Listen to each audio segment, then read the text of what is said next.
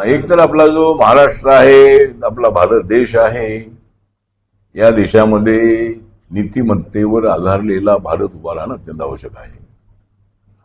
एक तर अलीकडच्या काळामध्ये लहान मुलींवर किंवा महिलांवर अत्याचाराच्या घटना मोठ्या प्रमाणामध्ये होत आहे आणि मानवतेला कलंक लागणाऱ्या घटनांमुळे आपली इमेज अत्यंत कलंकित अशी होत आहे. एक तर पुणे जिल्ह्यामधल्या भोर तालुक्यामध्ये नरसापूर नावाचं गाव आहे आणि त्या ठिकाणी 4 वर्षाच्या मुलीवर एका 65 वर्षाच्या एका नराधमाने अत्याचार केलेला आहे आणि अत्याचार करून तिला ठेचून दगडाने ठेचून तिला मारलेला आहे. म्हणजे ही माणुसकी काय कुठे गेलेलं आहे समजत नाही आहे.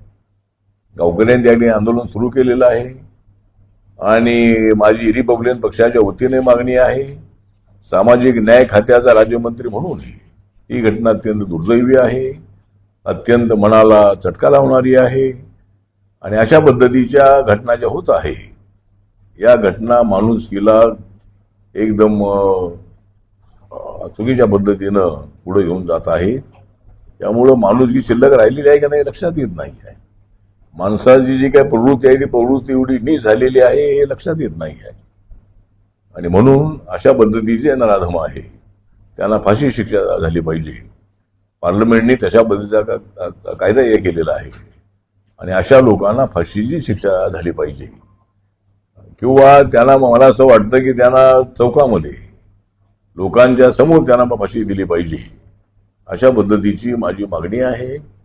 एक नीच कृत्य करणारे, अत्यंत चुकीच्या पद्धतीनं मेंटॅलिटी ठेवणारे आणि 4 वर्षाच्या बालिकेवर अत्याचार करताय अशा पद्धतीची मानववृत्ती ही नष्ट होणं अत्यंत आवश्यक आहे. आणि गावकऱ्यांनी आंदोलन सुरू केले, आंदोलनाला आपला पाठिंबा आहे. पोलीस प्रशासनाने ही सुद्धा ताबडतोब आरोपीला पकडलेला आहे.